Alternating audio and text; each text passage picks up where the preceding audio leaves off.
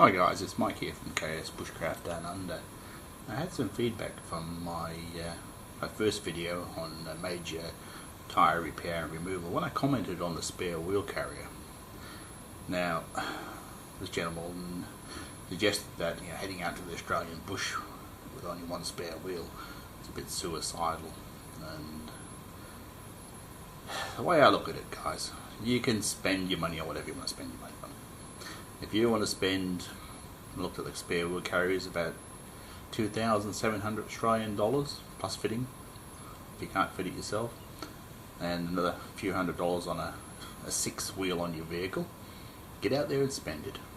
I mean, I find that most women struggle to open these rear wheel carriers on the backs of these big Toyotas and Nissans, so that all the shopping and everything gets thrown in on the back seat because they can't be bothered tackling it. And I've come across oldies, and I'm getting to that bracket myself, that can't lift a 50 kilo wheel up to chest height to get it back on the carrier. So all these thoughts are out there, but it's all up to you what you want to spend your money on. I mean, a lot of these dual wheel carriers are just on there for looks. If that's what floats your boat, get into it. So anyway, I've done some dramatic tyre injuries from the last video. I've put a knife through the sidewall because that was one of the comments. What do I do if I have a major sidewall damage? And I've actually perforated this rim with a knife clean through. And that's actually surprisingly easy. I push this blade through, throw it through the soft part. As I did explain in my first video, this part of the tyre here is really strong. Up here is pretty strong. Here, not very strong at all. Okay, so we're clean through. The knife is hilting through. So what I intend to do is to patch this, and I'll probably patch the plug repair as well, and then I'll refit this this tyre to the original rim and go through the problems you can have getting the B to seat, and that'll round out our part 2. Anyway, thanks for watching, guys.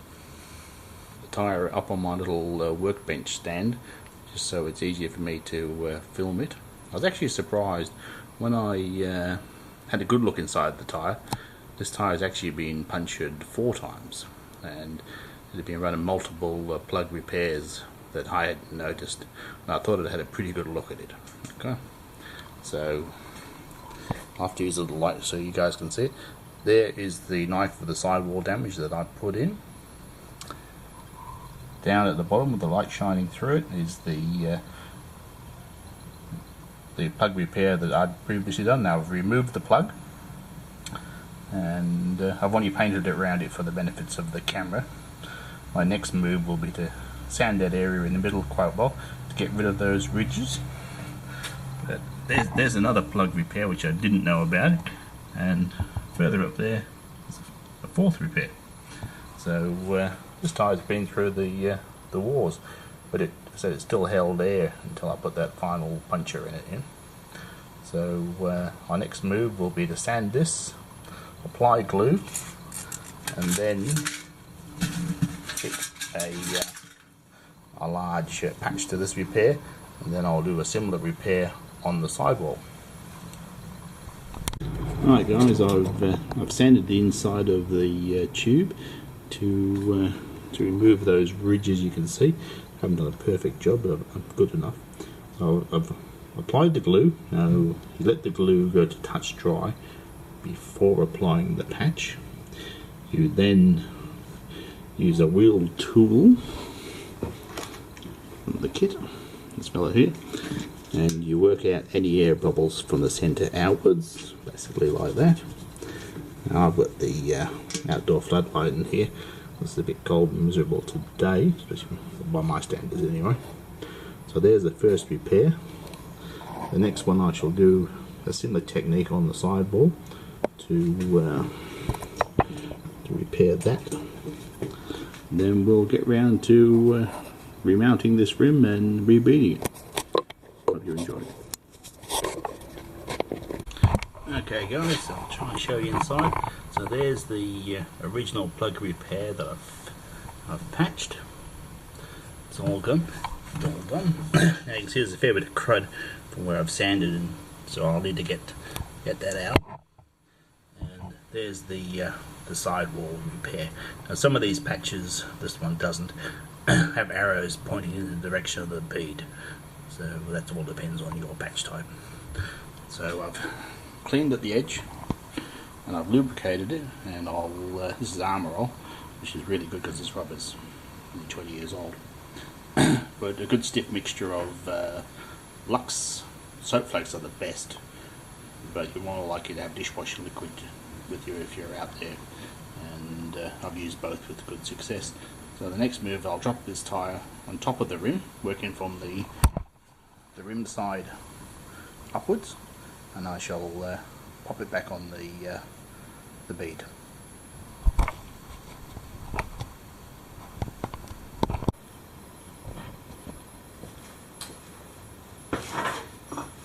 Alright guys, this is where a little bit of technique sort of comes into it.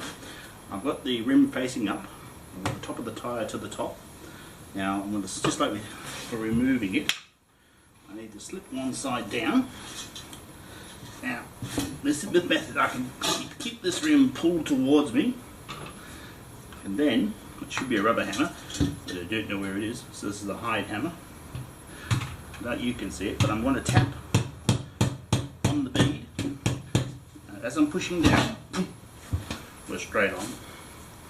So that's one bead on. Alright guys, we've got the bottom beads dropped over. Now we're going to start on the top. So I've got the tyre lever hooked in to get me a start. And I need to pop this fella down. Now the tyre shop tool would roll around and pull this through, because we don't have that.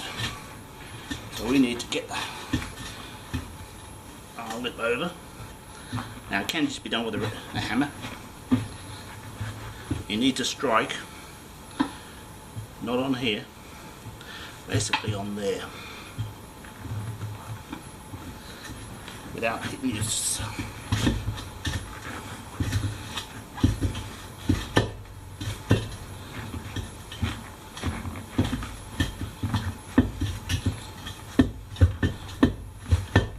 So this tyre is pretty old, pretty stiff.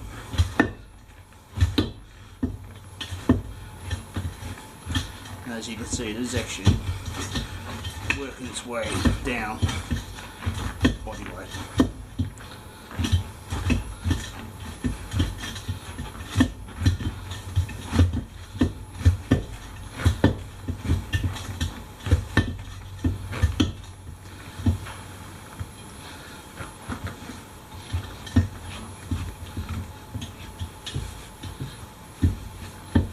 So if you've got a long handle hammer, you can strike it,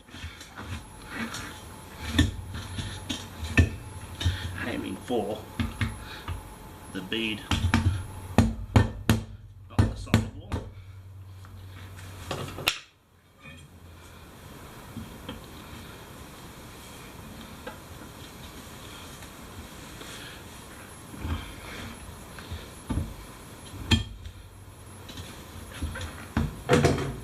Or you can slip a tyre lever under and take some more bites. That's the wheel weight coming off.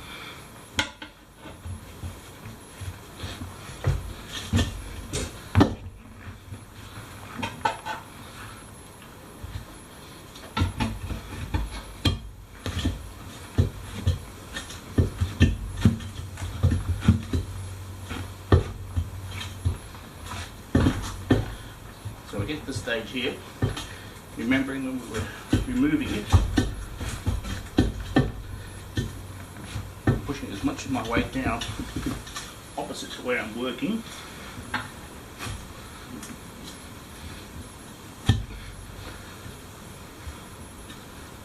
Come out. So opposite, down.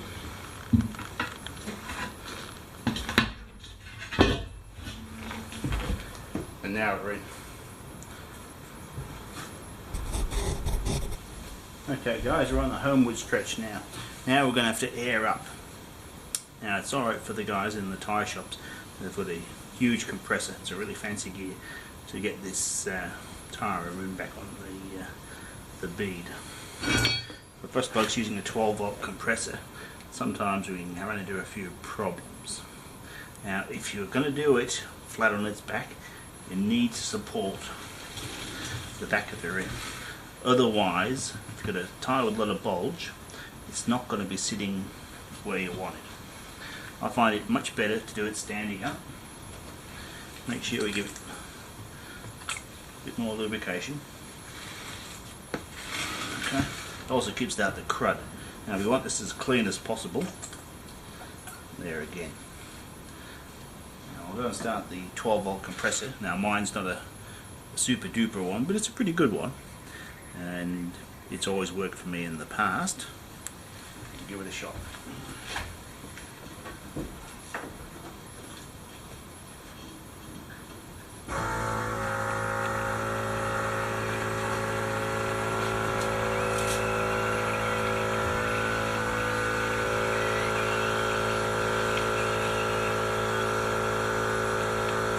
Now I haven't removed the valve core, which does help.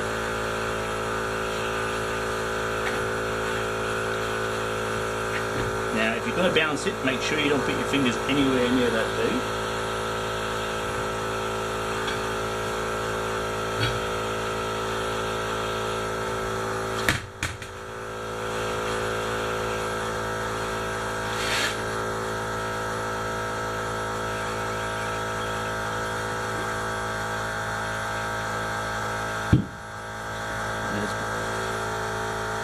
There's the back bead popped.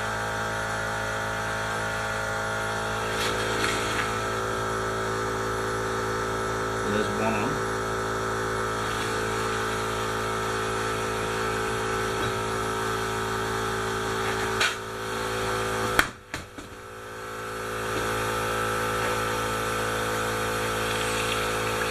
A lot of air coming out just there.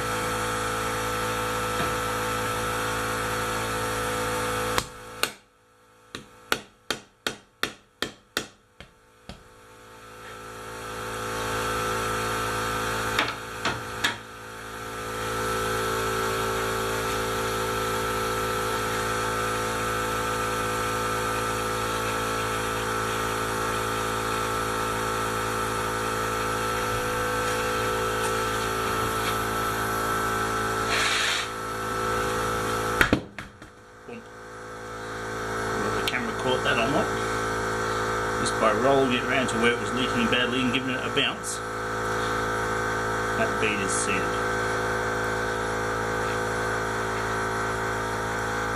And she's on the way up.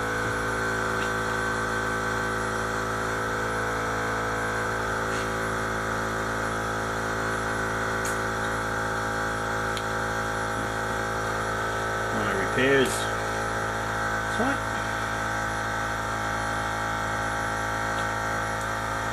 This is my sidewall repair.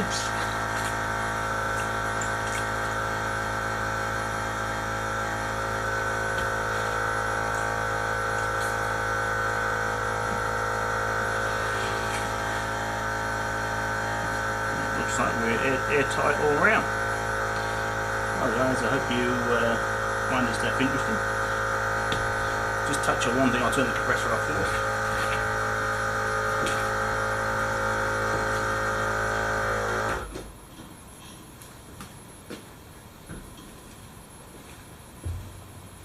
Right. Now if that method hadn't worked with a compressor, what I made up years ago is a small airline with 2 chuck keys on. Now this cost me about $5 to make.